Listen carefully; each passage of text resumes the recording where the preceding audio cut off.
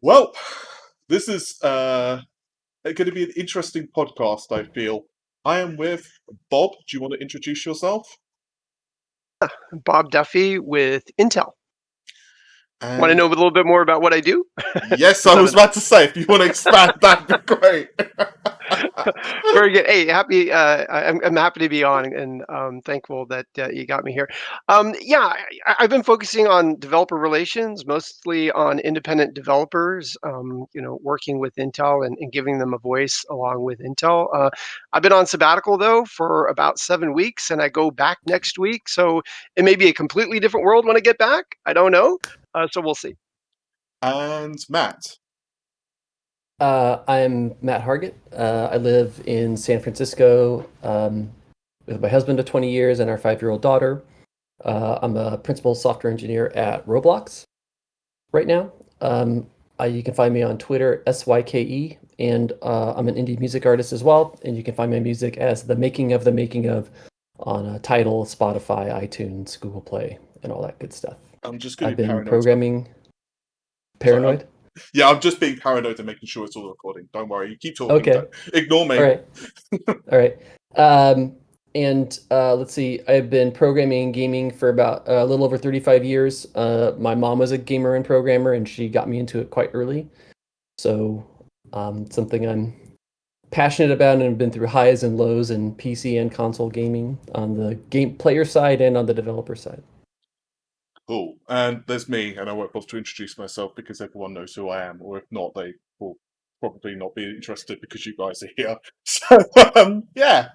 Let's get on to the first thing. It's not super technical, but I'm just curious. Have you guys been following along with the console pre-orders? And if so, what do you think? It has to be said. Yeah, I tried. go Go ahead, Matt. ahead. No, please, you. I've been following it from a distance, and I'm excited to see both companies come out talk about what they've got going on, and people excited about the various features and differences and all that kind of stuff. And the pre-order thing is always fun. What people can get when. But no, I'm mostly on the sidelines, letting everybody have their fun at it. How about you, Matt? So the kind of PS5 pre-order caught everybody by surprise because it happened the day before they said it was going to. And so that was hopeless. I wasn't paying close enough attention. I work during the day. I don't hang out on social media and all day. So I kind of missed out on that. And then for the Xbox one, I was like, I'm gonna try my darndest. And I didn't get anything.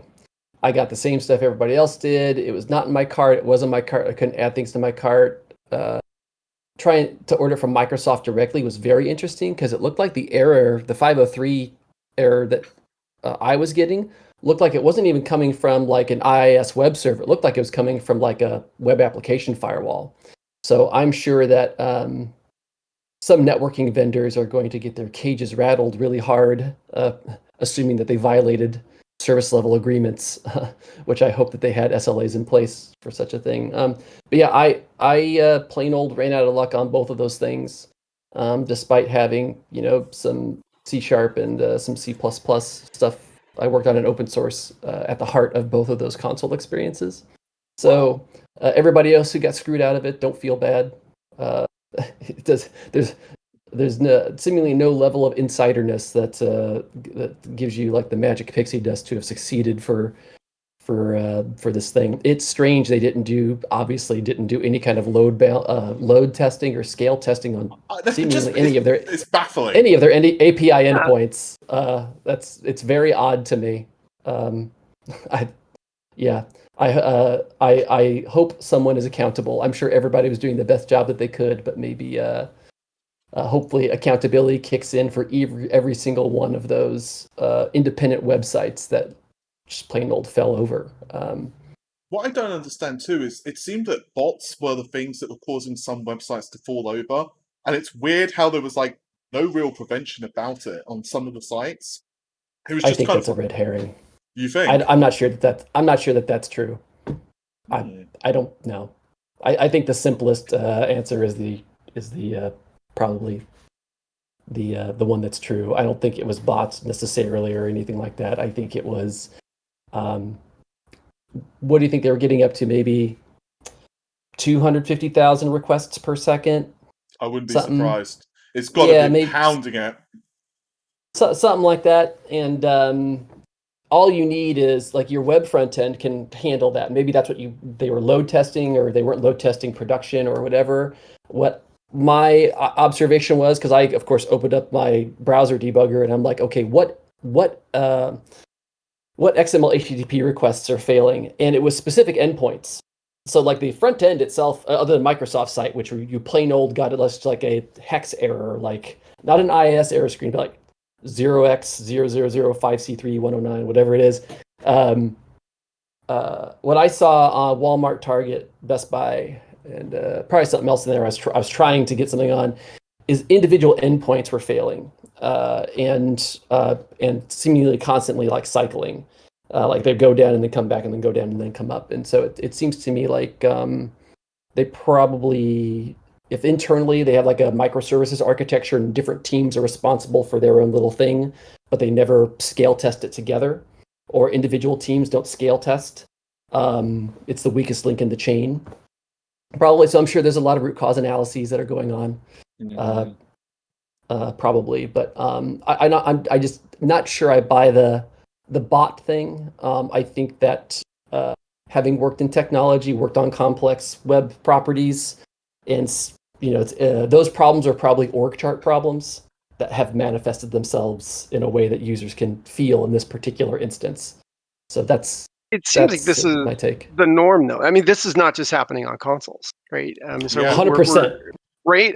Even Yeah. Oculus on Quest 2. I mean, it's just this is normal, and it almost seems like, geez, you generate more buzz when there's pain at a launch, and maybe the cynic in me is like, maybe that's a way to kind of ease in and get more adoption, as if you just create a big mess and everybody cries and screams and then they all want it. That's like Yeah, Nintendo. it's a scarcity thing almost. Yep. Yeah, that's possible, but just given the way that they were failing, at least from what I was seeing, like I can kind of like reverse engineer, like, okay, whoever has the OAuth endpoint never scale tested it, and that's where that's failing. Or the some of it was third-party providers I noticed that were getting 503s, like the payment service provider. I'm not going to say the name because I don't want to get in trouble or whatever, but like some of them were hitting third-party payment service providers, like API endpoints, and those were returning back 501s or 503s, and then therefore like the whole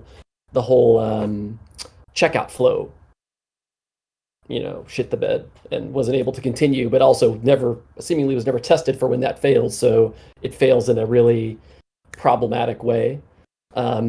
So just the high-level forensics I was seeing to try to figure out, like, okay, do I stick with Target and just keep hitting refresh, or do I switch to something else?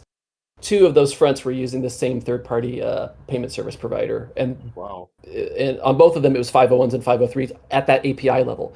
The page was loading fine, like the actual serving of the static content or semi-dynamic content was fine. It was those back-end APIs that were failing.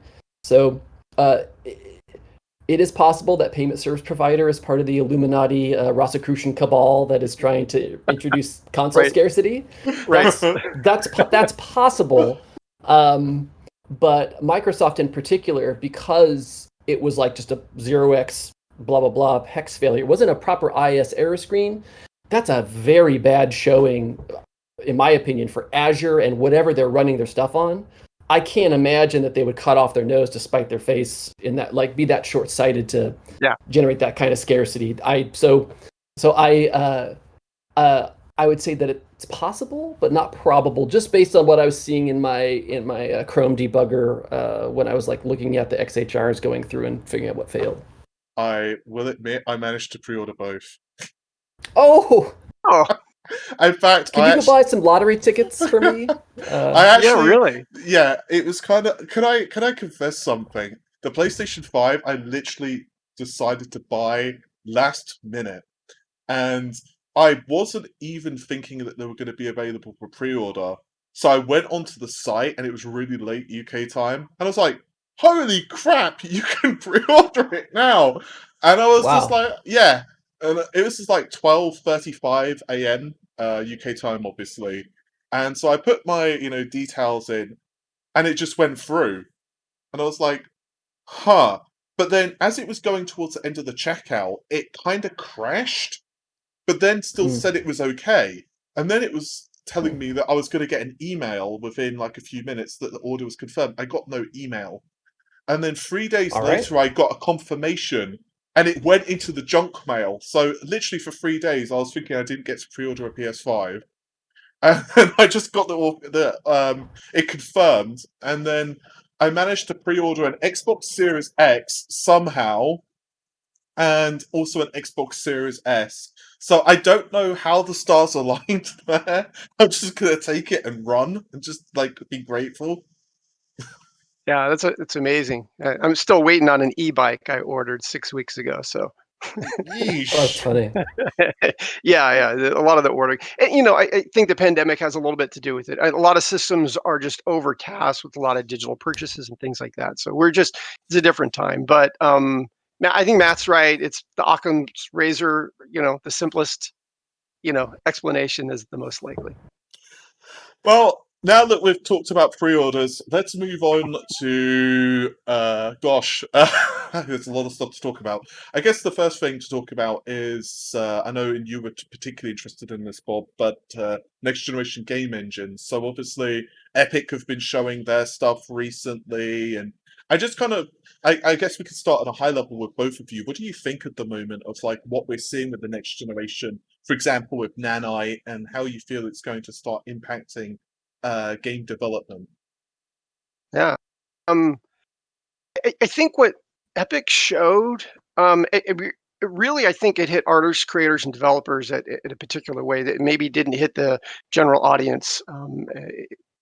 It's really the holy grail. When you understand the creator pipeline and the amount of work that you have to go through to get this beautiful thing that you created, that you sculpted, this character, this environment, whatever it is, and then you have to get it game ready, the hoops that you have to jump through and all that work to get it ready to put into a game engine and make it workable is just insane. And it's almost been decades of the same process. Their idea of just, hey, you can take it, from ZBox or Mudbox and ZBrush and Mudbox and bring it right in to Unreal. Just unbelievable. If you don't have to take all that three-dimensional data and bake it down to a 2D map every single time, and it can just go, it's really what the developers and the creators want. And it will allow them to focus on creating the amazing worlds that you want to be involved in, rather than all those hours trying to get things baked down to lower poly. So yeah, we don't know enough. The devil's in the details, but that's the future, if we can get there. What do you think, Matt? Yeah, I agree with that. I think that so there's definitely like I've modeled something, I've sculpted it, and now I've got to go through like, you know, Maya or ZBrush, and then like a bunch of commercial plugins, and then a bunch of potentially proprietary plugins that are only for that studio or that publisher or whatever to kind of get it all ready. That is friction. And then it's like, how long does it take that bake? Well, we'll talk about lighting, and I'll talk about lighting separately, but like Lighting. that's a non-instantaneous process to see what does it look like on Switch versus whatever. And so I think that taking that static build process, I guess I'm not quite sure what word to use there, but taking that build process and making that dynamic, so that if I have those 3 dev kits on my desk, each with a separate monitor, excuse me, I can like be in ZBrush and like in VR and like sculpting this thing and like seeing it from all the angles and like changing my point lights around or whatever, and going like, okay, I think it's good, virtually click publish, take my headset off and like look at it in each place, swing it around in each place using one controller and whatever else. That lubricates that whole process. And so it is a game changer because, as Bob was saying, the way this process has been done has been the same for at least 20 years, right? And so in the original Unreal, the idea of LODs, right? I remember the first time I really noticed it was on when you first exit the ship, the prison ship or whatever it is, and there's that palm tree. The memories. And as you got closer, like you could see it change, but that was a holy shit moment at the time for me, where I was like, whoa. The closer I get, the more detailed it gets. And even Unreal, it wasn't PBR or whatever, but they would put like these kind of patterns, textured patterns, over like rocks and stuff, so you couldn't quite see how shitty the textures were, but it had a certain property to it as you got closer. That whole bake process and that being manual with touch-ups and this whole pipeline gets commoditized.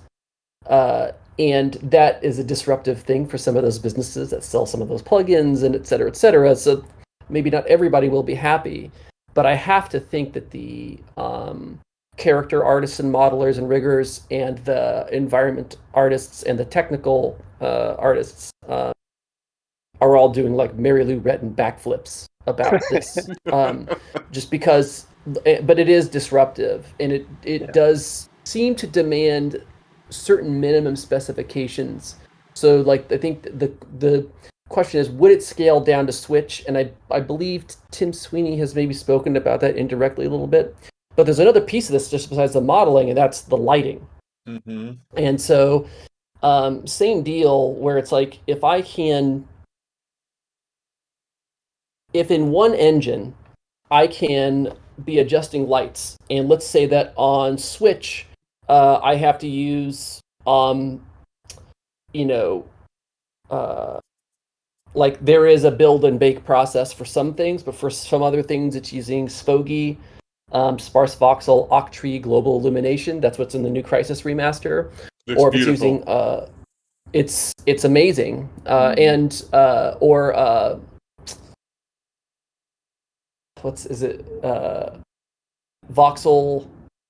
cone. Voxel cone. I can't remember the full. Voxel cone tracing, yeah. Which is what the Tomorrow Children used on PS4 4 or 5 years ago. And then, or I have hardware ray tracing support. Now, whatever I can get without a bake, without having to bake in the shadows, and if it's a time of day thing or whatever, then that means I've got to not only bake 5 different shadows, I've got to do like 5x3 blends between them so that as the sun moves through the sky or it becomes nighttime or whatever, it looks smooth or smooth enough for people not to notice the trick, the smoke and mirrors there. But more of that lighting stuff getting removed also, where if I can, again, be adjusting my lights and then see it with, 1 to 5 seconds of latency on my Switch dev kit, on my PlayStation dev kit, on my Xbox dev kit, and my PC, and just kind of be able to do that, and try kind of go like, okay, well, I can't put the light here because it doesn't look good with Sfogy, so what I need to do is I need to move this chair over here and do this. Being able to do that in a much tighter iteration loop. Yeah, the amount of fakery that powerful. goes on that you're alluding to, it's just massive. What the developers have to do in order to make something look like you imagine it's supposed to look on every platform. And the global illumination piece to me is super exciting. I'm way more excited about it than ray tracing. Really? I think you actually prefer Lumen? Are you referring to Lumen? No, I'm referring to the concept of global illumination in general compared to what we tend to refer to as ray tracing. Ray tracing should give you global illumination, but the way ray tracing is done in the game engines, in order to do it at frames per second rather than seconds or minutes per frame, is a hybrid solution where you're really just looking at reflective properties, and for those specific things that are reflective, like a puddle or a piece of chrome, you're making sure that you can see, wow, the character is moving, and now I can see the reflection of that character in the puddle or in that chrome on the car. And while that's okay and cool, it's kind of a neat thing. for me, it's much more exciting that if you have a room that doesn't have a direct light in it, is that the light is scattering properly in order to illuminate the objects in that room real time. That to me is really cool, because everything reflects light. There's the t-shirt you can buy online. It's like everything has Fresnel, right? Everything reflects light. And if you're really doing ray tracing correctly, or global illumination, is everything essentially all the light's going to bounce. And that's really what you want to calculate. So to me, that's exciting. Global illumination is exciting. And for the very reasons that Matt mentioned, is the artist won't have to bake that crate that doesn't move, right? So essentially, in Blender and Maya, say, okay, this is how the lighting's going to work on this box, because I'm never going to move that box. It's never going to have different lighting than I'm going to predict. So I'm going to bake that lighting, and essentially all you're doing is putting wallpaper on it.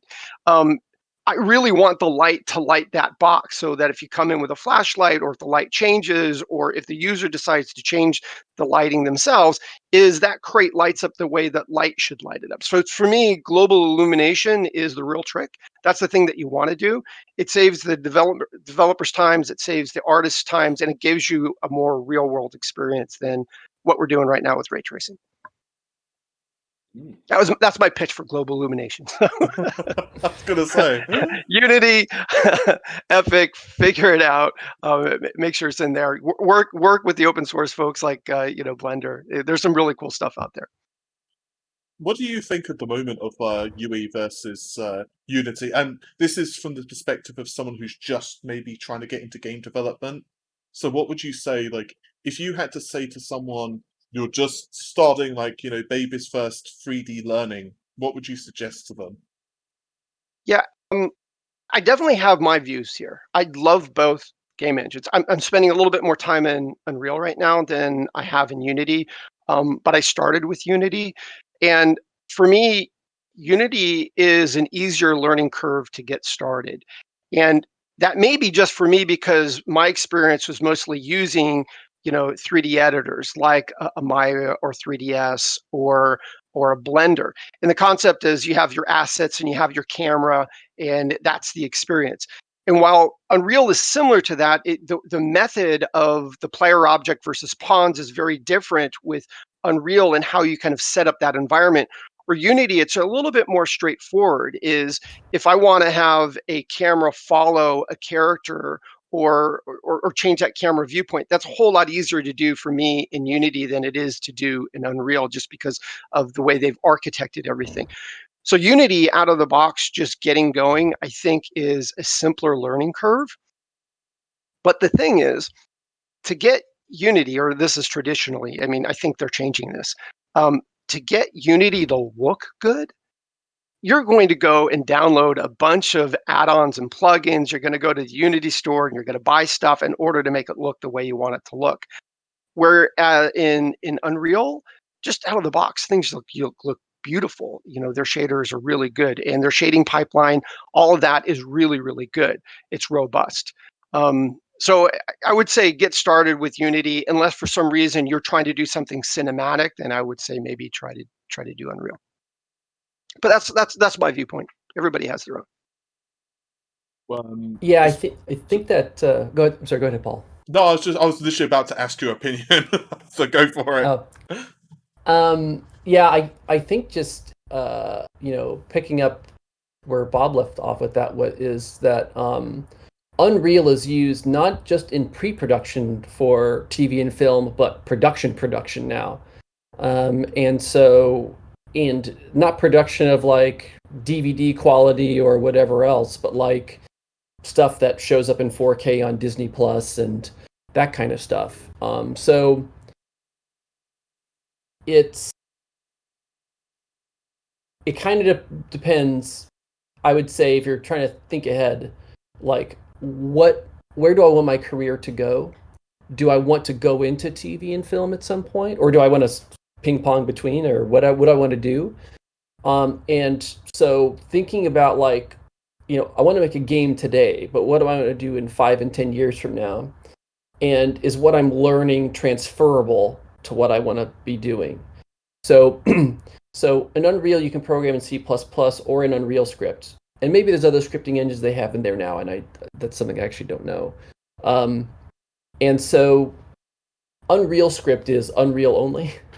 And it's just another language. So learning more languages and just, seeing the forest through the trees and just getting really conversant and comfortable and versatile in different languages, scripting and compiled, is just a really great way as a programmer to just generalize and just see the meta patterns. You don't see the symbols, you see the woman in the red dress, right? So Unreal Script is bespoke, though, and has a legacy behind it. And maybe they would have done things differently in that language if they had been designing it for modern IDEs and not kind of, very simple text editors. It wasn't quite edit.com from MS-DOS 5, but the way that you would design APIs now would be to assume autocomplete as a basis and assume inference as certain kinds of data flow analyses as a basis for how you design those APIs. Not how fast can I type it on an XT keyboard, in a single line editor or like Edlin or something like that. So I think that Unreal has its advantages. It just depends what you're trying to do. Unity is based on an open source project called Mono, which is an open source implementation.net. I used Mono at my startup I founded in 2003. And so I had an affinity for Unity because they were using Mono. And there's also Mono Game, which is a reimplementation of the XNA, the old Xbox Live Arcade stuff that's long since been deprecated in open source. A lot, yeah. Yeah. There's actually a lot of games still that ship using Mono Game, really? kind of indie titles, and they use it as a cross-platform thing because Mono Game doesn't require any licensing or royalties or whatever. And so if you've got a game that can fit within the constraints of that, like a Scapegoat 2, there's other ones too that come out on PlayStation and Vita as well. It's a cross-platform layer there. Just the APIs are simpler. Then that's appropriate also. And so I thought the idea of Unity was like made perfect sense. Of course, you would use Mono as a substrate to put it on mobile and put it on the console and put it on whatever. I was like, of course, that was very logical to me. But I think that in my opinion, Unity had some technical log jams, I guess I would say. There was some stuff that they were stuck on. They were stuck on a really old version of Mono for a long time. I think that there was some difficulties in the licensing and the business relationship between them and the then Xamarin, now Microsoft. And I think Microsoft buying Xamarin and also John Riccitiello helped unstick that log jam. So now the version of C# you can use and the quality of the code, how well it's optimized that it compiles down to for your given platform, is it single-threaded versus multi-threaded. Unity was single-threaded on almost every platform for the longest time. And if people go like, oh, this must be a Unity game because it had certain constraints. A lot of that was a lot of the constraints. It wasn't C#, it wasn't really necessarily Mono, because you can get out of that. It's that Unity on a given platform is single-threaded. And I feel like some platforms got more attention than others, and it wasn't to do with how many Unity-based games were selling on those platforms. I don't know what was going on or how the sausage was getting made, but as an external observer, it looked like people were trying to play hardball, business-wise, and the games and the experiences were losing. I think that's dramatically changed today. The other thing I would observe is we all know Unreal has Tim Sweeney, who, the first game of his I played was ZZT, which is this old character-based DOS game a long time ago. I don't remember. I don't think I've heard that one. Oh, it's because you're not old and decrepit like I am. Jill of the Jungle, right Jazz Jackrabbit. Once they got into VGA platformers, they had they're stamping it out just like Apogee was with Commander Keen and stuff. But there's a lot of talented people. It's not just Tim Sweeney. He's a figurehead. There's a lot of really talented rendering people. On the Unity side, over the last 4 or 5 years, and again, I don't know who gets the credit, but it seems to be post Riccitiello, they have got some of the best and brightest minds, graphics engine design and implementation and optimization minds from every major developer and publisher. The people who have been making optimized 3D engines by hand by banging two rocks together for the last 20 years, Unity has scooped up almost, I don't want to say almost all of them, but quite a few. And it's something that most gamers wouldn't really know. It's a little insidery, but uh, Unity has basically everything that they need now. The log jams I talked about have been kind of unjammed. They've got this incredible pool of talent, and I have to think that as an engine developer, it's like, okay, am I going to, am I gonna like reduce L1 cache misses by like another 0.5% in this one case, just so the next Raven version of Call of Duty is like a little bit faster than whatever, or do I want to commoditize that? And to me, with the way that I think, I'm all about how do I something is hard, how do I commoditize it? How do I make it so the barriers are lowered? I'd have to think those engine developers would find it very motivating if they think the way that I do, where it's like this is not it's not an open source engine, but it lowers the barrier to entry for all of these effects like GI, PBR, et cetera, in a kind of a one-stop shop. And I think it's great that Unity tries to, I don't know how successful they are, but tries to leave gaps so that the marketplace, so people not developing a game, but developing assets, developing shaders that are optimized for certain kinds of hardware, all that stuff, that there can be a vibrant ecosystem there that isn't centered around them. I think that is very smart. Because the more vibrant that ecosystem is, the more transferable the skills are. It's just makes a lot of sense to me. So there's pluses that I don't think there's one true thing here. They are both great. And if you're like someone starting out, I'd say like ping pong, like do like a whole tutorial, YouTube tutorial series on Unreal, and then go and do it again in Unity. Yep. And then flip back to Unreal again. And if you do that like once a quarter or once every 6 months, you'll start to get a more generalized concept of what the strengths and weaknesses are.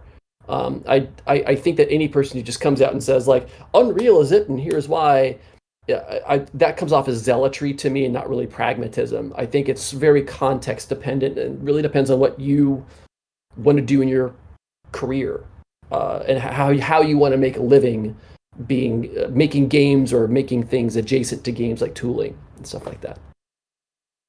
Yeah, and I advocate you should bounce between both. I mean, if you're a developer or a game artist, you should understand the pipeline on both.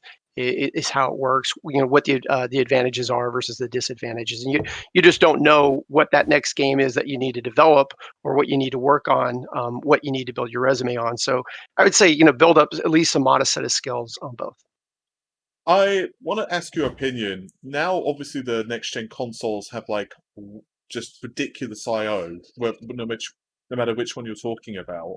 How do you think this is going to impact development on PC? Obviously, the one issue with PC hardware is while you can have really high-end systems, like you could throw in an RTX 1390 and a 10900K and overclock it to like 5.2 gigahertz and whatever else. Obviously, at the moment, there's a ton of people with, well, let's just say not ideal hard drive setups. So it's like, what do you think's going to happen on the PC side of things over the next couple of years? Yeah, that's an interesting question. I mean, obviously the advantage of the consoles has always been it's a set hardware. Exactly what you're developing for, and you at least have a few year roadmap of that, and it makes every game is optimized for that device, where it's different on the PC. The PC advantage has a scale. I mean, there's all sorts of access to games and experiences that you can get on PC, and the user can scale their hardware to tailor it to the experience that they're after. Um, the the massive I/O thing. I think there's an interesting crossroads that we have. We've seen a lot of hardware improve, and I'm not a hardware guy at Intel by any means. So I just disclaimer, I'm not the guy. I know a lot of people you could talk to, but I think there's an interesting thing. As we've seen the CPUs improve, as we've seen the GPUs improve, and we've seen the technology get smarter with AI, everything like that. I think we're at a point where interconnects and memory and I/O are now things that we need to pay attention to in ways that we may have not needed to pay attention to them before. I remember maybe it was about a year or so back, because we did a thing with developers and we asked them about storage and memory, and just concepts is like, what if you did have unlimited memory? What would be the benefits or the disadvantages of that? And I was so surprised to hear developers go down the road as all the disadvantages that you'd have if you essentially had unlimited memory based on current systems, current operating systems, the way that APIs are built, and all the bottlenecks you would create by having unlimited memory. So there's lots to think about, and it's not just from the hardware side, it's the operating system side, it's the APIs and the tools that need to be thinking about this stuff. And it's amazing to see with PlayStation and what they've done, and the partnership with Epic, on Epic rebuilding UE5 to be able to work with faster memory. I think those are the types of things that we need to see. Is we need to see the industry move forward with certain standards. So it's a big problem to solve, and it's an exciting problem to have at the same time. I think that there's a couple things. So one is, since forever, we have seen like games that are going to push the boundaries of the kind of push the boundaries of requirements on the global fleet of gaming PCs. Mm-hmm. The can it run Crisis meme. Yeah, but for as long as I can remember, like going back to Wing Commander or Strike Commander or whatever, they kind of released a little demo, and it's a benchmark demo, and there's one for Resident Evil 6, I want to say. So I feel like it's a thing people do when they're trying to figure out what they can get away with, because it almost certainly these days is sending telemetry back, going like, here's what I got and here's what the problem was, and so because probably graphics engine architects start blue sky, and then as they get more telemetry or more feedback, they kind of constrain it. And so I think that, what fast storage gives you, multiple gigabytes per second fast storage, is it makes it so that instead of having to load a lot of stuff into memory all at once, because the disk is too slow for you to get it just in time, what that means that you end up using more memory, and not just at level boundaries. We've obviously seen lots of engines be able to stream this stuff, and it's so seamless, or it can be so seamless, that like in Horizon Zero Dawn or God of War or Spider-Man or whatever, lots of games have made this pretty seamless. No Man's Sky. So it's doable. It's not about seamlessly streaming open worlds or having to put a corridor or an elevator in place, like in System Shock had the elevator with the elevator music. Just, it's cute, but it's also to mask level loading, because they had to unload everything and load everything back, right? Yeah, Mass Effect elevators. Sure, yeah, all that stuff. So I feel like people have figured out ways around that stuff anyways with spindle-based drives. In spindle-based drives that aren't even saturating SATA 3, right? Kind of, I don't want to say crappy SATA-based drives, but not the most innovative, bestest SATA-based drives even, right? And part of the constraint there is if you're using bandwidth, bus bandwidth for I/O, then it's taking bandwidth potentially away from the GPU from the other stuff. So it's kind of like, so even if you had like a Gen 4, a PCIe Gen 4 like SSD, would you want to run it at full speed? What's that going to take up in terms of PCIe like lane bandwidth? And these are the hardware balancing things. But in general PC terms, you can do streaming open worlds with 4200 RPM laptop drives. We know that you can. People figured it out. So it's like, what are you unlocking? And I think what you're really unlocking with really fast backing storage is you can deliver that same experience, but in potentially a lot less memory, where everything that is in your memory is not is mostly hot or warm, not cold. You didn't load up stuff that's like 10 kilometers away in the level just because you won't be able to stream it in fast enough from the disk. So I think what that means is that if you have a spindle-based disk, then you're in the old world of, okay, you need 16 gigabytes of RAM. That'll be, if you have a spindle-based disk or a PCI Gen 3 SSD or below, some boundary condition there, like you go like, then you must have 16 gigabytes of RAM free, not total, free. So put your Windows on a diet, hit the Windows G to get the game bar up and put it into game mode, all that stuff, right?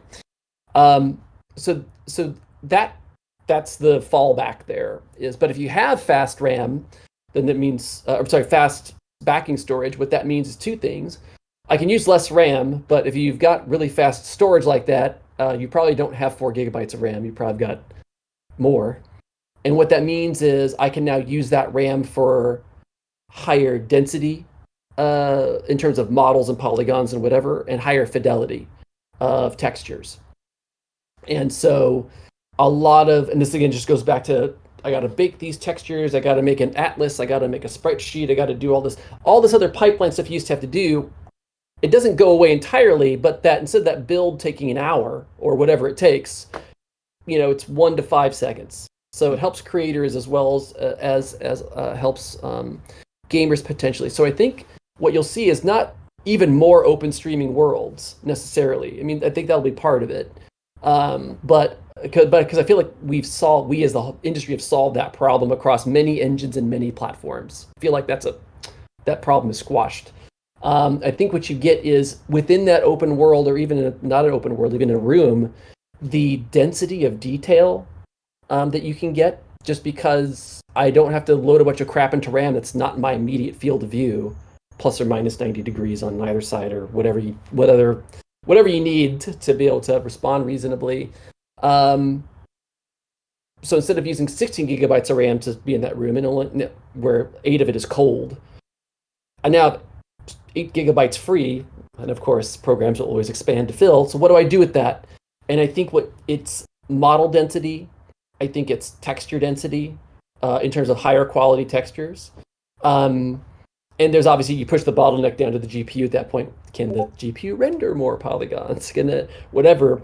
And I think this is where, just doing a callback to the Lumen thing, Lumen is so smart, because it's like, what GPU am I running on? What dynamic LODs? I don't have to statically make LODs and tweak them or whatever. The engine just does it for me.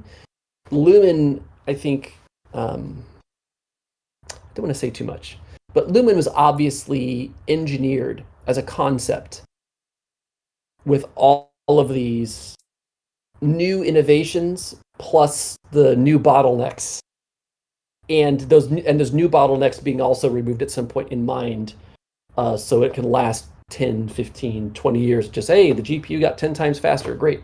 The disk is 10 times slower, okay. I feel like Lumen as a concept can scale to that really well, whether you have a fast backing store or not a fast backing store.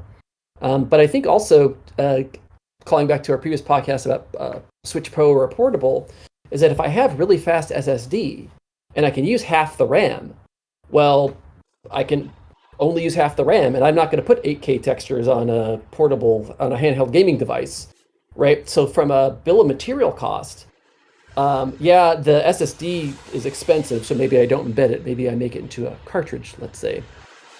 But that means that on that device, I have that SSD. That means I can cut my memory, maybe not in half, but I can lessen it, because on a 5-inch display that's 1080p or 720p, I'm not going to see that detail. I'm just plain old not going to see 8K texture detail. So just save the RAM, cut the RAM down on your portable. So I think that there's a lot of efficiencies that come out of this, but in terms of will there be a cutoff point where PC people get left behind?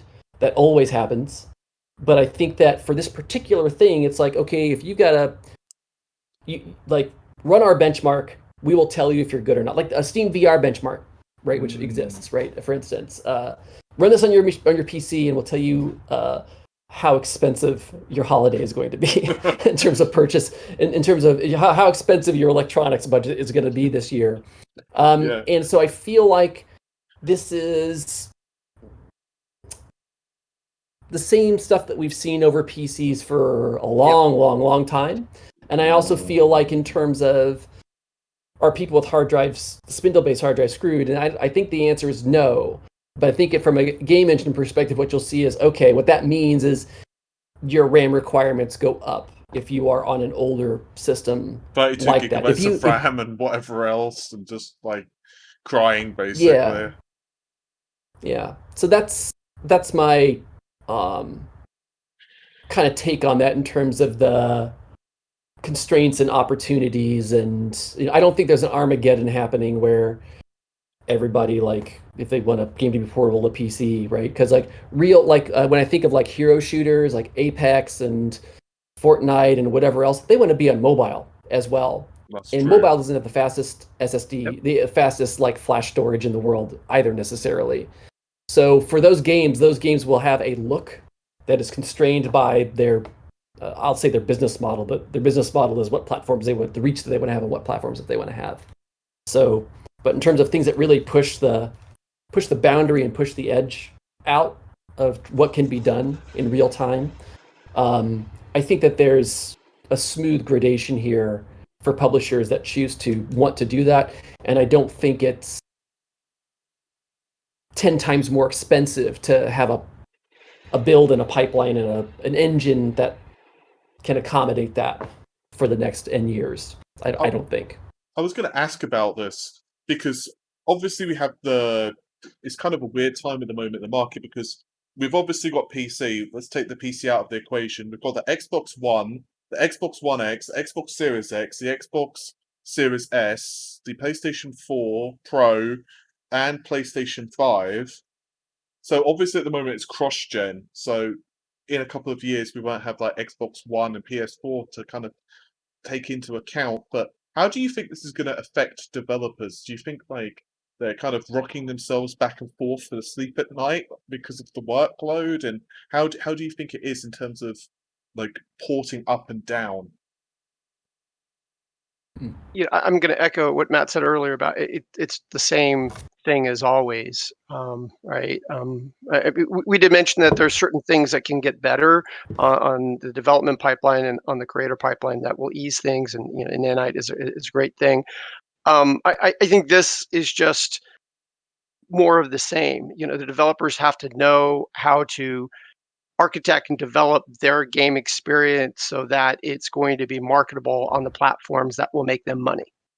And we have to figure money is the key thing, right? I mean, who do you have access to? Where's that audience? How are they going to play your game? There will be more cloud streaming services as well for gaming. Not just the consoles or the PCs. So there's a lot of things that go into play. The tools are getting better. Things are diverging. Some things are coming together. It's just more that the developer has to be on their toes in terms of what's that next generation technology is coming out. What does that market look like compared to where I'm used to playing? Where do you want to invest your time and effort into these things? So I think it is, the more things differ, the more they stay the same. I wish there was more consolidation. I think there is kind of for the gamer. There's fragmentation in their experience between mobile and PC and console, and it would be nice if those things played a little bit nicer, that you could just seamlessly go from one to the next. I think we'll get closer to there, but the developers always got to be on their toes, and it may be less about IO, or it may be less about Nanite, and it may be more like, where's the market? That's where I'm focused. Yeah, that all makes sense to me. I don't know I have anything in particular to add. Do you want to rephrase the question or ask from a different perspective, and I can see if I can come up with something? I guess it's kind of like there's so many concerns at the moment that one generation is going to hold back another and all of this stuff. I guess what I'm trying to ask is, do you think from a perspective of a developer at this point, there are too many consoles or too much to worry about, or do you think it's all like I just wanted your opinion. Do you think it's just kind of business as usual, and this is like the normal crossover, and people just kind of were worrying too much, as in the average person, not the developer's perspective, but the average person? Do you think there's just like people tend to overreact a little bit when the next generation comes out? Mm. Um, I think that I think the backdrop to kind of talk about this in front of is we were on our way into a global recession because of that's where we were in the cycle. It's been exacerbated by the pandemic. So if people had spending money, or they currently have spending money, will they continue to have that spending money?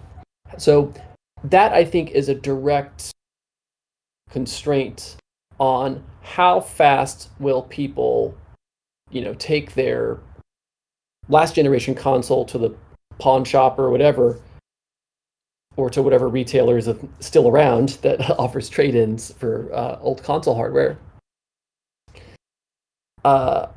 Will people do that? And now, some people are more compulsive than others. I am compulsive, especially when it comes to shopping. I was born to shop.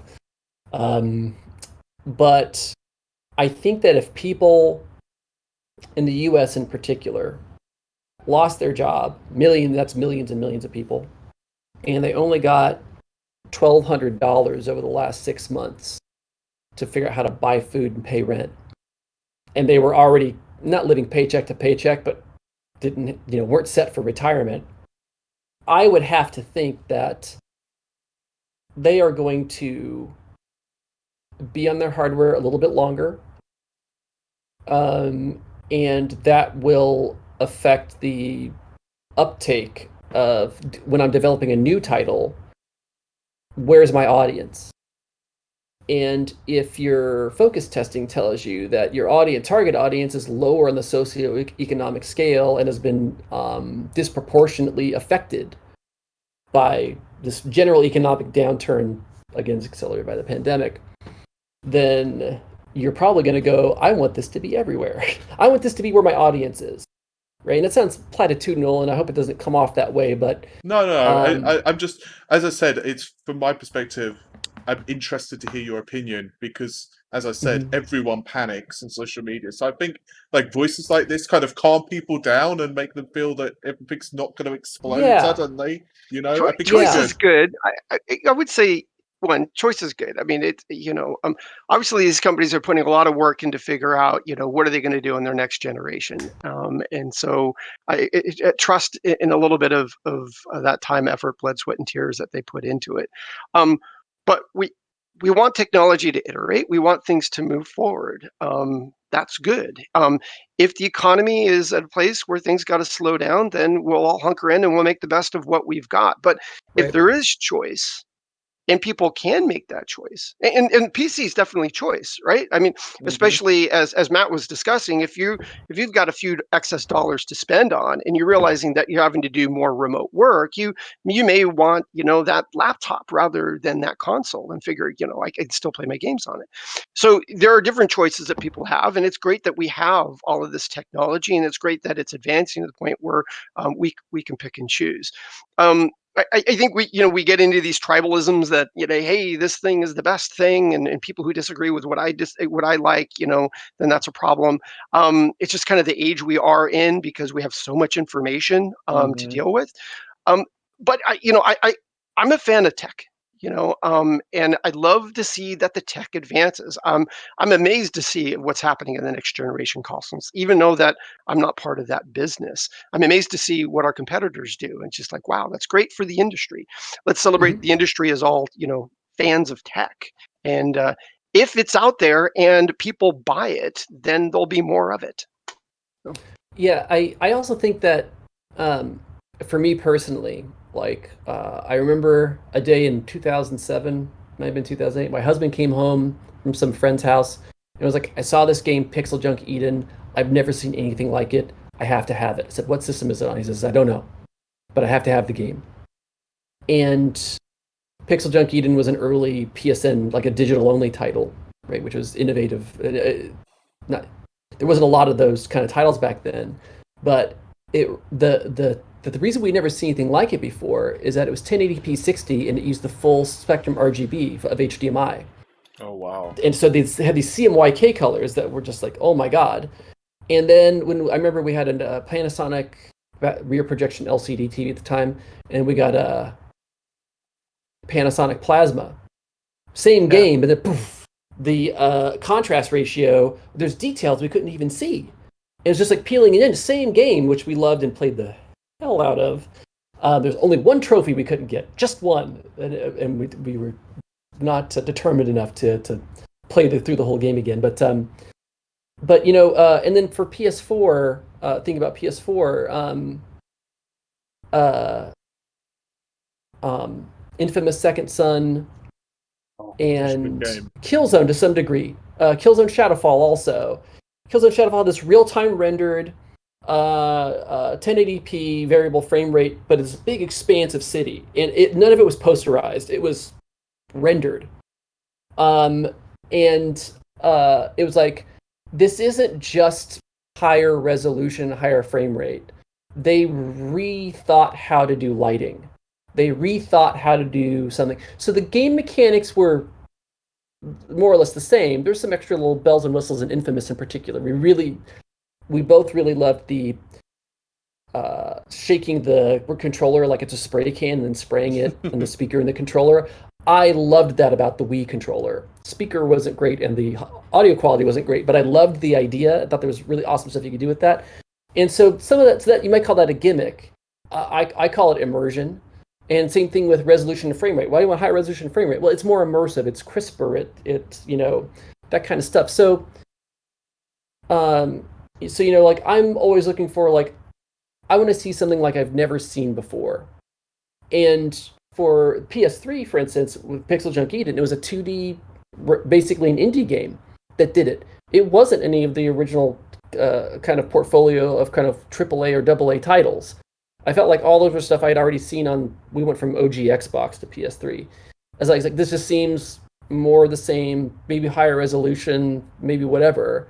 And I've been gaming for a long time, so it takes something special, and it could be story, it could be character, it could be something non-technical to really grab me. But when it grabs me, it really grabs me. And so, you know, so the thing I think about is, I guess the question is there anything about having to support a base Xbox One that prevents that kind of not transformative, because transformative can be story, it can be character, right? It's true. And those can be technology.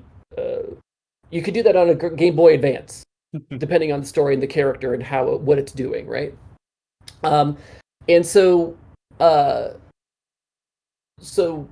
you know, I think it takes tools out of the toolbox for doing that, but maybe that's a good thing. Because maybe we don't need another gruff-sounding, like, straight white male in a fucking game. Maybe we can. So maybe it forces innovation on that front, right? And I feel like that's already happening. That tide is already kind of coming in.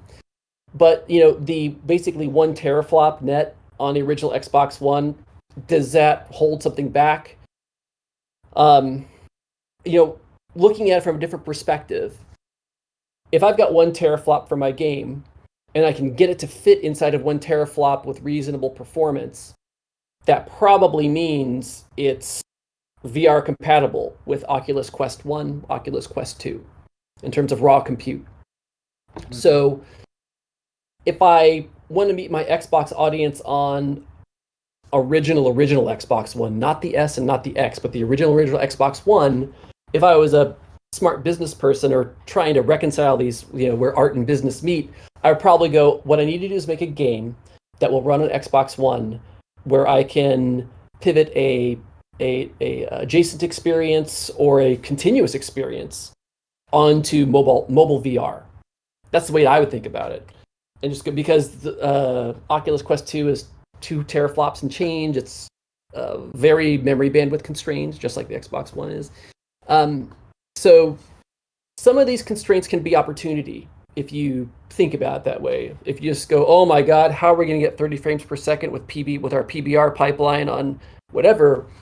There are some people who are probably Chicken Little in the sky is falling sort of and whatever, but I always try to figure out, like, it's a constraint. How many people give up because they don't have grit or determination, and what's the opportunity? And so, just thinking about the top of my head now, if I had to support old Xbox One, I'd be going like, okay, how do I make a game or a series / franchise that I can have the same similar experience, same world, same characters in VR. We use all my rigs, all my models, all my everything. That's how I would think about it. Now, how do gamers feel about that? If they don't have money, didn't have money to buy a next gen console, they probably don't have money to buy a brand new Oculus Quest 2, but they might be able to buy a secondhand Oculus Quest 1 as that market gets filled because people of higher socioeconomic capability buy the new thing and sell the old thing. And I remember when Half-Life Alyx came out, I had the Samsung Odyssey Windows mixed reality headset because it had two OLED screens. Yeah, there was a Samsung one, an HP one. It was kind of targeted enterprise. I had one of those for a project I did at a previous job. And when Half-Life Alyx came out, I had posted it on Facebook Marketplace. Nothing. Nobody cared. When Half-Life Alyx came out, all of a sudden I had like 5 people going like, I'll come pick it up. How do I get it? Etc. So I think that even with the going into a global economic downturn, even with the constraint of the Xbox One, there's opportunity here for people who want to meet that. And I think that really creative people who love to think on their feet and solve problems, artists, storytellers, all that stuff, I think most of them see constraints as fun or can transform it into fun for themselves. And not a challenge that you're begrudging, but a challenge where it's like, I'm going to make the best goddamn Xbox One 60 FPS game because I'm going to take that and then plop it onto VR and I'm going to have this transmedia play that no one else is going to be doing, and I'll be the one who owns that, right? And I can plant my flag that way and then expand out from there. So that's a long answer, I guess, but and it comes out from more of a creator perspective. But I think that, the spec constraints of the Xbox One, like Tony Hawk Pro Skater 2X on the Game Boy Advance, probably one of the best 2D skating games ever. Even though they're going from 3D down to whatever, farmed out to a separate studio or whatever, and I don't remember the names of the studios. I don't have that savant capability of that kind of memory. But even on Game Boy Color as well, like there's games that had 3D versions that went down to 2D versions, and somebody decided just to do a good goddamn job, and that's all that it takes to go and then on Game Boy Advance in particular, possibly Xbox One as well, children get hand-me-down consoles as their parents or cousins or their tias or whatever get new things. That can have an impact on that child's life and the kind of games they have an affinity for, it, all that stuff. And that's pure opportunity to create great experiences for even within those constraints. So how do people feel about it in general? I don't know. But. Yeah, I was going to say, you talked a little bit about, some of the downports, and some of them can be better if people do a good job at them, and they realize the value of that platform. Like Superhot, I think on Quest, which essentially was downported from the PC version, it's better. It's because it's more immersive, not more immersive from the graphics perspective, but the mobility perspective that Quest provides you. It's just a better game and experience. So yeah, I think having various platforms out there of various capabilities, they give you choice. Like you said, the artists, the storytellers, the crafters, their ability to say target a platform because they believe that there's a market for that, then that's a great opportunity. Meanwhile, we advance things going forward with the next generation, which moves everything forward. I was going to ask, what do you think about virtual reality now? Like, it's it seems like, especially with the next generation of hardware, and I don't just mean console, I just mean in general, and with the new game engines too, there could be some incredible experiences, like almost interactive cinema. Essentially, I'm just interested to hear your thoughts. Like, how do you think VR is going to be changing, and are we going to be seeing kind of like immersive, almost cinematic experiences, or are we going to be seeing kind of like a greater level of interactivity? And what do you think is going to happen with VR now that we have this amount of power? And of course, screens now don't suck as well on VR headsets. Obviously, VR headsets now are really good. The cost of entry is coming down too. So I was just wondering both of your opinions on this. Um, I'm a big VR fan. I got back into PC gaming because of VR. Wow. Yeah, suddenly I needed a GPU, and suddenly I got into PC gaming because of it. But I think Oculus has done a really good job. They've helped move VR mainstream. I think the Quest is a great piece of hardware. Quest 2 looks like a great piece of hardware. It's now down to the point where it's light enough, it's not cumbersome enough, you can move around well enough, and the quality is pretty good, so that you have that combination experience. And when your senses, like your movement in space, when that gets fooled, that's just a whole nother sense. You don't care about the resolutions or the screen effect. It's just that immersion just makes it so much better. Um, for me, I think that the next iteration of that is going to be pass through. It's going to be augmented reality. I think game spaces that get created based upon the environment that you're in. So with the inside out tracking, for you to be able to walk around your own living room where you have your own furniture, your own ottoman, your own couch, or your own kitchen, and for that to be created into a spaceport, for you to be able to move around, or for you to be able to play games with other people, from their experiences to your experiences. I think that just is a whole nother level of immersion. So I can see a lot happening with VR pass through, which is a version of augmented reality. Um, we might see that, a little bit of that, with Quest 2, and potentially some other headsets that will be coming out. But I think there's a lot of potential for VR. It's just taken us a bit so that it's convenient enough and good enough for us to use. But a lot of upside potential. Yeah, I think Super Hot's a really good one to call out because its visual design makes it portable. To I don't know if it ran into Oculus Go or not, but Yeah, I don't think it did. Yeah, that might have been a bridge too far. But the so I the first VR headset that I had was this. I can't quite remember the name of the company. It was called a VFX1, and there was this guy I was dating at the time, and he had it, and it gave him a headache, so he gave it to me. It was probably 1998, maybe 1999, and it was kind of a separate card, ISA card, I believe it was ISA, and you put your VGA into it from your video card, and then it would go out to the thing. And he was right about the headaches. I tried to play System Shock. So System Shock, this is how amazing System Shock was. System Shock had support for this thing. It had a seriously with 3 DOF. It was all wired, and two 240p LCD displays. I want to say I might have the specs a little bit off, but it didn't quite trick you. It didn't have the field of view, but I was like, holy shit, this is amazing. And I feel like VR had a lot of money and attention in the mid to late 90s, kind of like AI had a lot of money and attention in the mid 80s, but the plain old silicon wasn't there for AI at that time and VR at that time.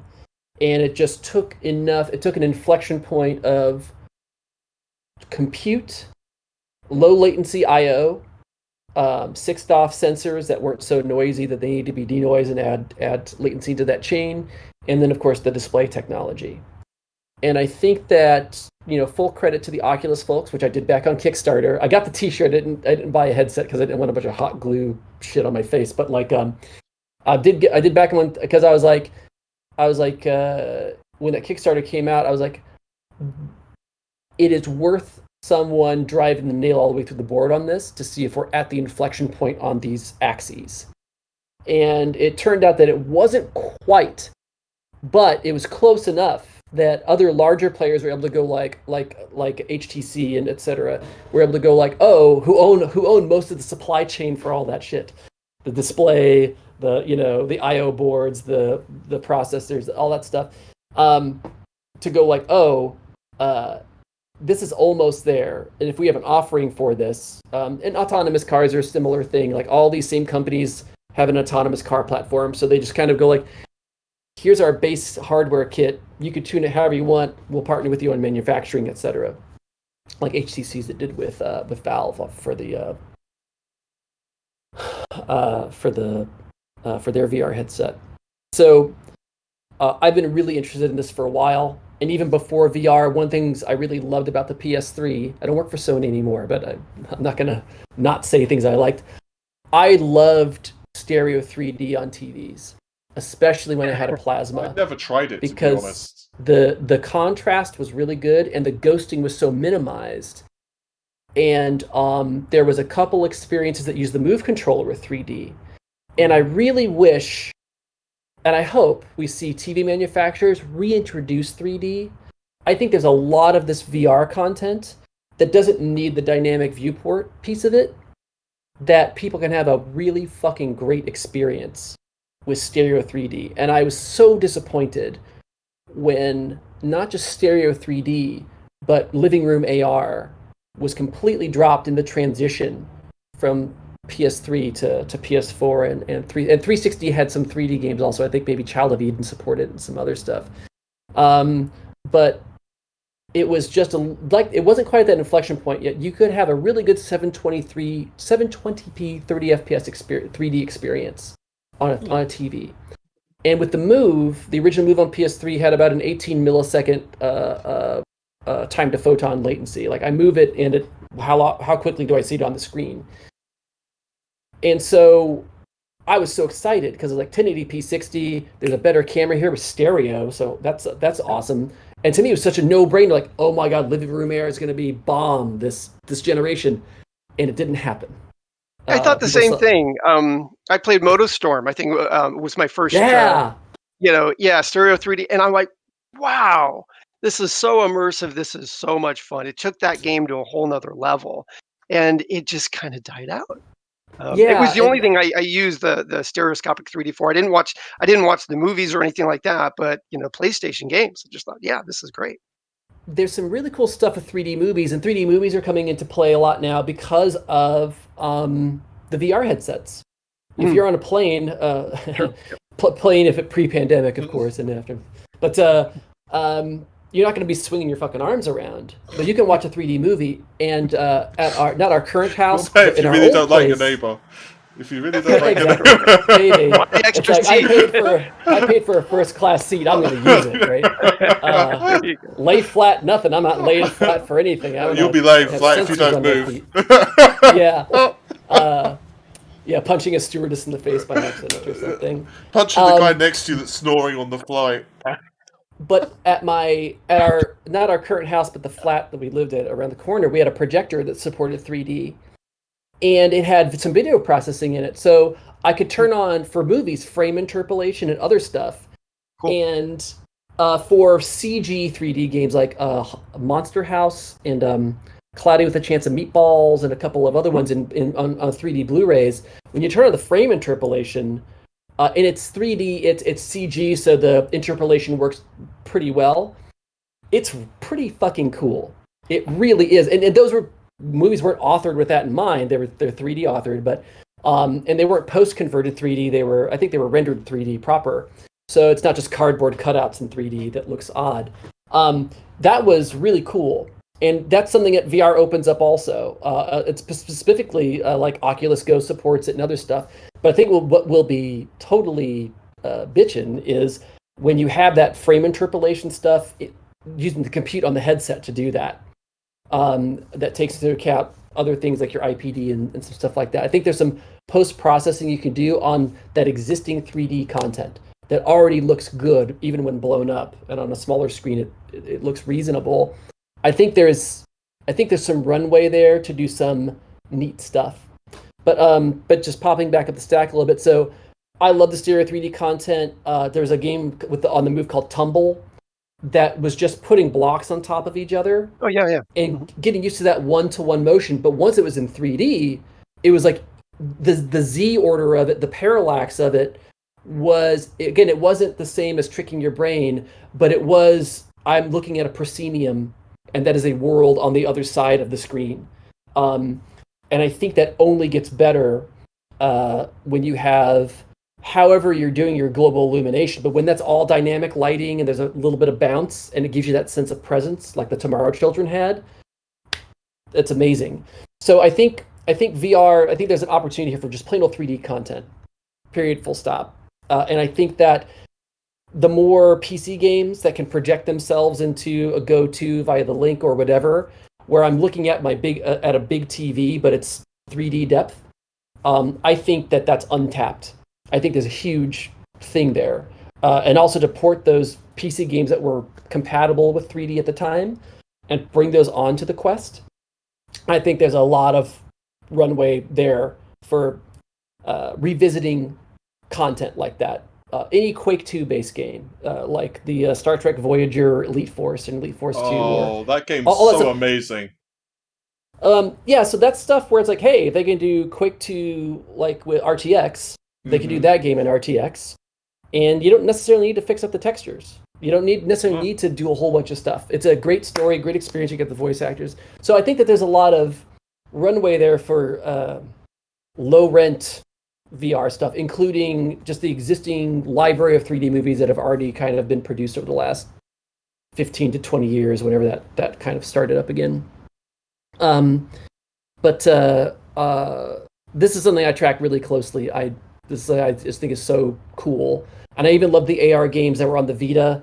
There was this one I remember I showed my mom, and she had like a holy shit moment where it's like you have AR cards and you kind of, it's a little laser bouncing around mirrors game. It's that simple, but to move the mirrors, you move the cards. And when you line up all the lasers, it launches a missile, and you can literally follow the missile up.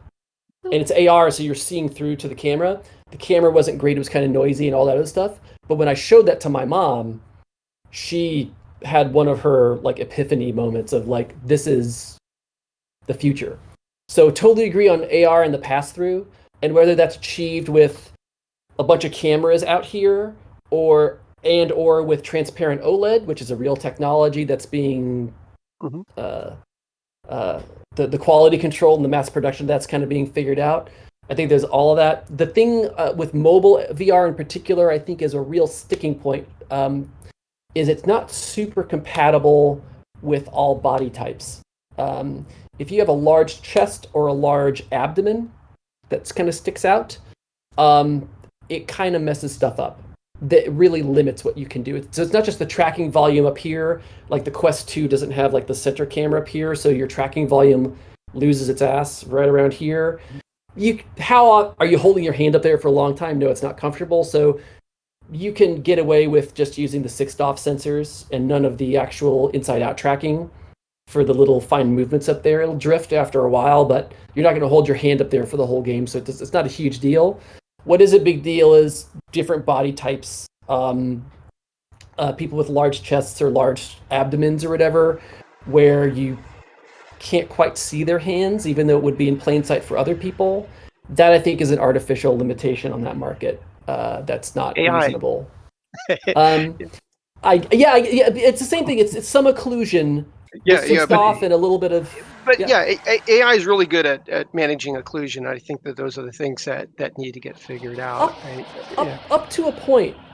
I agree totally. And even with the PS3 Move, you put it behind your back and it wouldn't go crazy, right? On PS3, other consoles might be a different story with the Move, but but I think that I love the mobility of concept, no cords, not even a puck.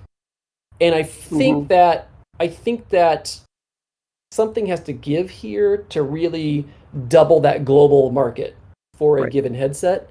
And mobility is part of the way to do that, absolutely, 100%. And you can have great experiences, even with that body type, if everything is kind of up here and you don't need any foot or leg tracking at all. But I think as we see this get more mass market, we'll see more exercise games in VR and more stuff like that needs some leg tracking or foot tracking or something like that. Big chest, big belly is incompatible with pure inside out for that. So I think that you either have something going on in the controllers themselves, or you have some external camera that has some very high bandwidth but very low latency wireless situation. There's a lot of ways to slice that, but in terms of what's the next step for VR, I think the existing content that we have as of this year, any platform you choose, there's 50 to 100 good to great experiences that you must play, because they're all going to tickle your brain in new ways that are, whether it's Tetris Effect, Super Hot, Saber, Super Hypercube, Beat Saber, whatever. There's there's one I played on PS4 called Super Amaze Balls, and it's like one of those puzzle spheres with a little marble inside, and you're just like moving it around, but they can do things physically you would never be able to mass produce in those things. And that alone just tickled the shit out of me. It was just, but it was so simple. I'm sure it was hard for the devs. They had to figure out a lot of hard problems. But any platform you choose, there's 100 great games. So now it's how do we make it even cheaper, more accessible, and try to have a value prop, I think, beyond games for a global audience and thing I think of as diverse body types. Go ahead. Yeah, no, I wanted to add is beyond games, and that's actually one of the areas that I'm really into VR. Is we started with talking about the creator side, but the creator tools in VR have just gotten so good right now. Medium, which Adobe just bought, is a great sculpting tool. It is a premium world-class sculpting tool, and your ability to move around that object, have access to the Z-axis, and just your tactile ability with it is just improves, the speed of sculpting. Gravity Sketch is another one more for like, hard form or hard surface mesh creation. Creating a car, creating a weapon, anything like that. Even creating basic forms, you can do that. But the tools are getting so good on the VR side, and you even have the virtual desktop, which is available. So if you are in another room and you realize you have that file on your computer, which is upstairs, and you're too lazy to walk, or you don't want to bounce into something, just virtual desktop right into that. Now you have access to all that stuff from your VR headset. So it's, for me, the VR is really just becoming that screen that you have that's ever present. And we can talk about the problem with AR and mobile. It's arm fatigue. I mean, having to hold your hands up like this to be able to view everything like that is, you think, it's just your phone, you're holding it up. But even if you just tried to hold your hand up for a while during a day, it gets really tiring after a couple of minutes. So for mobile, I think it's just kind of been a gateway to what we really want, which is a head-mounted display or visor or glasses or something like that. And it's Adobe Medium's a really good thing to mention. So great team made that. The tools are just getting better and better. But Anton Mikolov, who was the co-creator of the PlayStation Move, co-creator of PlayStation VR, figured out and with the team went to basically embedded with the team at Media Molecule to figure out all of the Dreams creation stuff with the Move to make that as fluid and stuff. He is now the architect, one of the architects for Medium at Adobe. Oh, wow. And so there is a lineage there of, and Anton had to have been, I don't know personally, but I had a big thing with living room AR and VR is just like thousands and thousands of focus tests with people from all over the world with all different kinds of eye widths and capabilities and motion sickness things and stuff like that. And that kind of wisdom being captured in a few of the people who were early on in this stuff and have kind of shipped actual physical product and then shipped games that use it. Not one, not two, but serial people. There's probably not even one hand, maybe two hands. You can count the people who have that wisdom baked in. And Anton is at Adobe working on Medium now. So they've got one of those few people in the world that really probably has one of the most holistic views of this whole opportunity and this whole new medium, no pun intended. that's kind of bringing to bear right Oh, now. Just a they're time killing check. it. I have 7 more minutes, All right. and then I have to drop off. Yeah, I was going to say I have to get going soon myself, but Bob, I remember because it's really late here and I'm basically a zombie. But Bob, I remember there was one thing you wanted to mention about AI, and I can't remember what it was specifically. I did have a note, but I've closed down the app right now. I think it was like AI with game creation or something like that. I think AI is one of the tools that is going to improve the pipeline overall. Essentially, it's improving all of software, across the board in almost every aspect.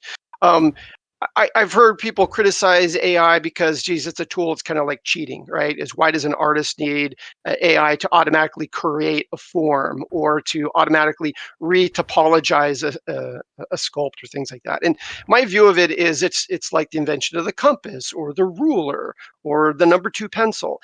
It's just another tool to allow the creator to spend more of that time in that mind's eye, to think about what they need to do to craft that thing that they want. So AI is really going to improve the creator's pipeline. It's going to improve gaming experiences. It's really improving a lot. And we talked about VR with AI being able to manage occlusion issues. Um, and people tend to be scared of AI because they don't know what it is. They think of it like in the movie term, like there's this one AI. Um, Mhm. I like to think of it like macros. Don't be afraid of macros. Right. There's lots of little things that do simple tasks, and that's all the AIs are. And a lot of the tedious tasks that developers need to do or artists need to do that they really shouldn't be spending their time on, we need to point AI at those. UV unwrapping. Let's just fix it. Let's just press a button. It's like I sculpted this amazing thing. Let's retopologize it. Let's give me, the UV maps that I need. Press a button, get it done because it looked at 10 million different UV maps and figured out the best way to do this. Rigging and topology, all those things that artists spend time on that they should be focused on as well. So I think there's a great opportunity for AI to do more and help What's the creators and the developers. what's the state of it so far in terms of game industry? Getting involved in the artist pipeline, like how far along is it? Is it being used frequently in studios and so on? Matt, do you have any thoughts there? I can add, but Not on the artist side. So that's a blind spot for me. I don't have any knowledge or opinion. I can talk on a little bit on the artist side. So we've all heard about denoising. I mean, the denoising has been used in the rendering pipeline for cinema. It's now also being used in the game engines as well. So the ability for artificial intelligence to take fewer samples of rays in order to calculate what the rays are doing to render that thing. You can have a fraction of those rays, and it can interpret what that image should look like so that we look at it and say, yeah, that looks like a clean render. So you can do things like rendering in the fraction of time. But we're starting to see it with things like UV unwrapping. I tweeted something I think that you liked, which was about rigging characters. Is you could have Hmm. a dog, a person, a cat, a crab, and it will automatically create the bones and the weights and the That's animations needed for fantastic, any of isn't those it? characters. It's Yeah, fantastic. stuff like that I think is amazing, and we need these tools so that artistry is more accessible to the game Did you industry. have? Yeah. Did I was going to say, did you happen to see the NVIDIA Studio where you could actually have characters as well? Like, see, um, it could use your camera, so it would basically animate characters within the game. It was pretty damn awesome. Hmm. Haven't Yeah. seen that, but seen stuff like it. Yeah. I think the meta thing here is just when knowledge workers, whether they be programmers or artists or whatever, when they're spending time pushing dust around with a broom and doing these tedious tasks, it's taking them away from and can be very fatiguing also. Hmm. And the thing I like about this idea is they can still put their flourishes on it, but it's just like the 500 to 1,000 clicks and drags and whatever else it took to rig up the crab, that's eliminated. They could still go, I don't like the way it moves. I'm going to do this. I'm going to move this knuckle up here. I'm going to do this. I'm going to do this. It just gets rid of a lot of the clicks, the kind of front end tedious bullshit, seemingly, but Pretty still much. allows them to have those flourishes and all that stuff. it seems also with AI, with a stochastic kind of model, you can go like, you know what? I don't like that crap. I'm going to re-roll the dice with a different random seed effectively. Yep. Give me something. Aha. That's something I can springboard off of. So that's potentially very exciting and really cool. And as tensor cores and other kinds of AI cores just become more and more commoditized, and not just in like giant ass PC desktop kind of things, but also shrunk down into things that are semi-portable. It just gets more and more accessible so that people can do that thing on the plane. That, hey, it's 2 hours from San Francisco to LA, but in that 2 hours, I got my crab rigged up and I have something, and now I can put that into the demo that I'm pitching to the publisher. So all that stuff, that's just, it sounds very exciting to me. Hadn't really thought about that or had a lot of visibility into that, but it makes a lot of logical sense to me from those perspectives. Does that make sense? Am I getting the value prop of it correct? Yeah, I think so. Yeah. Okay, You said like more access. The more developers, the more artists we can have creating worlds, the better. That's Yeah. what we want. We want to reduce that friction for them to create those worlds. Yeah, it diversifies the stories, diversifies the characters that we see, diversifies the more people that can afford to buy the spaghetti and boil it and throw it against the wall, the better. That's how we'll get the next gaming experience that we couldn't anticipate just because somebody from a construction worker who worked part-time and watched a YouTube video was able to throw something together and it got traction, right? I think PUBG is a really good success story like that, and there's other things like that just are happenings that get traction, and people try to pick apart why. And sometimes the art, it's just a happening. You can't really predict what's going on. But yeah. But I think because Matt needs to run off and it's really late here UK time, we should probably wrap it up. But I'm going to leave you both a few minutes so you can just say final messages. Like, do you want to start, Bob? Where can people find you and so on? Sure.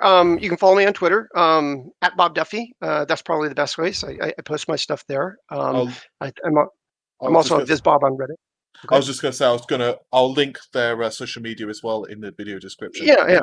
That's the best way to find me. Follow me. Start a conversation. My focus is mostly on the developer side. I'm moving a little bit more towards the creator side because it's a bit of my personal passion. But happy to chat with you anytime. Matt? Sweet. Yeah, I'm on Twitter. SYKE is my Twitter handle. My music is on all of the digital storefronts as the making of. Sometimes you have to quote the whole thing to make the search engine work. I wasn't thinking about SEO when I came up with the name. I was just thinking that's Yeah. gonna be fun for Google. Yeah, it's been great for a good 5 years, but before that, I had to poke people I knew inside the company. It's like, hey, my thing doesn't work. Make it come up with the right thing. Let me see. So Twitter and music stuff, and yeah, I love Intel's developer outreach. I'm wearing my GamerX shirt right now. Intel was a sponsor of GamerX, and there were particular people as part of some Intel Gaming Accelerator program that had booths there, and I thought that was really cool. Really cool outreach, getting more games in front of people and helping lift up those creators. I really like what Intel is doing with game developers at the moment. I've noticed you guys have been making some really cool tools as well to help developers optimize games, and I think that's pretty damn awesome. Yeah. Thanks, guys. Yeah. But yeah, we should do this again sometime. It's actually been really fun. Thanks. It was great to be here and great to talk with Bob and learn from his expertise, deep expertise and passion in this area. So it was a good. I like learning from both of you. To be honest, it's just nice to actually, get to listen to other people for a change rather than me just playing on. Fun to geek out. It's fun. Thanks. Appreciate it. Awesome. All right. Thanks, guys. Take care. Thanks everyone as well for watching the video.